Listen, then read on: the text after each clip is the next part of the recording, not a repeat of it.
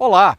Então, as pessoas sempre me perguntam, Leonardo, mas como que funciona esse investidor seu? Como é que é a cabeça desse cara? Por que que ele não tem esse pensamento igual o gerente do banco, igual o pessoal do governo e tudo mais? Eu vou contar uma história que aconteceu essa semana. Essa semana eu fui gravar um podcast com o pessoal da TV Metrópole, até um abraço para o Debré, lá para o pessoal, e vou ilustrar um pouco de como funciona meio que a cabeça do investidor, né?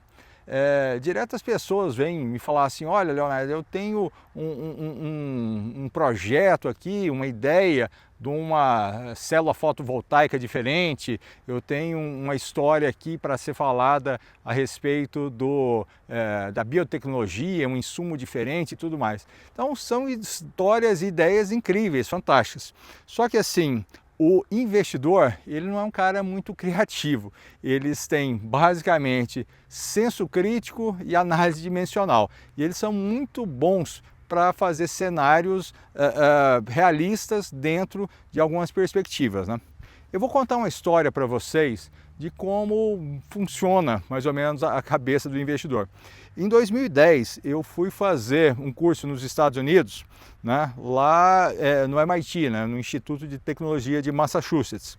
E no MIT eles promovem todo ano uma competição que chama Global Lab, e eles juntam pessoas do mundo inteiro, né, da França, da Europa, da Ásia, da África, né, e ali eles passam a discutir ideias de negócio, tal, montam esses business plan, e ali teve uma ideia que no meu ano ele ganhou esse concurso lá, teve muito sucesso, né? Então de cara recebeu a chancela do MIT, ganhou $50 mil pela apresentação. Com esse dinheiro ele foi lá para Palo Alto, na rua lá dos Venture Capitals, conseguiu um dinheiro grande, alguns milhões de dólares, e botou a ideia de pé. Essa ideia, a princípio, não faz o menor sentido, né? Porque esse rapaz, né, da Ásia, lá da Malásia, ele resolveu desenvolver uma lente de contato para o galo. O galo é esse bicho aí que te acorda de noite, né? O marido lá da franga, o galo, né? E ali eu peguei e falei assim, gente, mas que história sem sentido, como é que alguém coloca dinheiro nessa ideia esdrúxula, né? E aí, pensando eu, estou fazendo algumas provocações aqui, basicamente para você ver, era para melhorar a visão do galo, era para tornar o galo biônico? Muito pelo contrário, era para tornar o galo praticamente cego. Eu falo assim, nossa, mas como é que isso aí para de pé? Como é que uma pessoa conta uma história dessa, recebe um dinheiro, tem uma ideia numa instituição famosa, monta uma empresa, e isso aí sai? Então, toda ideia tem que ter uma base muito prática e um conceito de valor muito próximo do que pode ser implantado. Então veja bem, esse garoto, ele estava contando que na Malásia é um terreno montanhoso ali e quase não dá para criar animais de grande porte, né? Então não tem boi, não tem ovelha, tal, e eles dependem quase que exclusivamente da pesca e da criação de galinhas, né? de frango e tudo mais. E lá na Malásia você tem aviários gigantes, né? Coisas muito, muito grandes.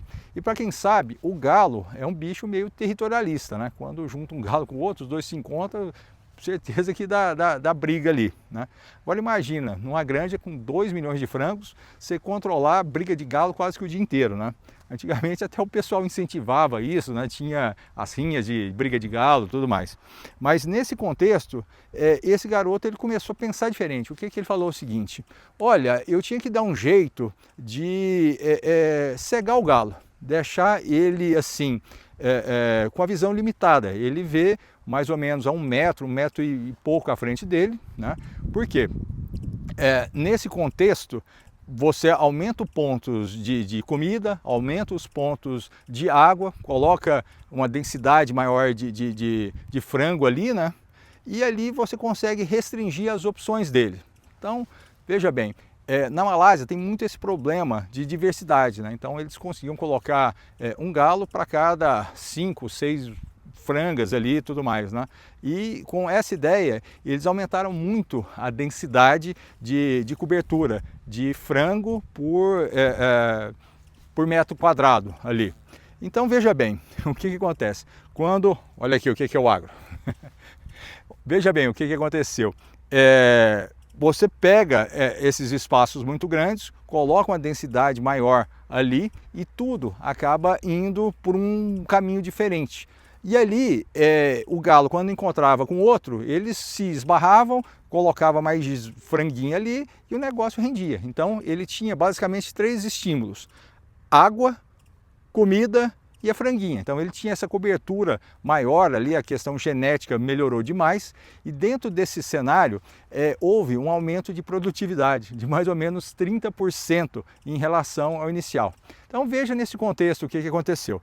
Esse garoto teve essa ideia, ganhou esse concurso, foi para a Califórnia, conseguiu lá alguns milhões de dólares, voltou para Massachusetts, desenvolveu essa lente de contato, que mais ou menos era como uma seringa, né, que você coloca nos olhos do frango quando ele é pintinho, né? E assim, para quem não sabe, um dos trabalhos mais difíceis e bem remunerados é conseguir separar o pintinho macho e fêmea quando é bebê ali, né? Então, o macho era separado, recebia essa injeção, esse gel que colocava nos olhos, meio que estava de acordo com os direitos dos animais, né, que você não pode maltratar o bicho, né, que tinham outras ideias que eram esdrúxulas ali, de você cortar o bico do galo, você tirar a espora, tudo mais, né?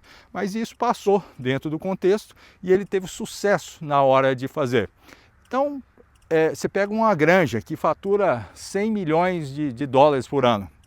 Você não colocaria 1 ou 2 milhões num teste sabendo que isso aí vai te aumentar a produtividade em 30%? Então, é uma ideia de alguns milhões que vai render 30% ao longo do tempo, vai ter uma escala gigante. E é assim que você ganha a cabeça do investidor. Ele não tem criatividade, ele não tem essa visão que muitas vezes você tem do negócio que você faz e tudo mais. Mas se você tiver os meios de quantificar isso de forma adequada e lógica, com questões práticas, você consegue conquistar a cabeça, o coração e o bolso do investidor. Fica a dica para você.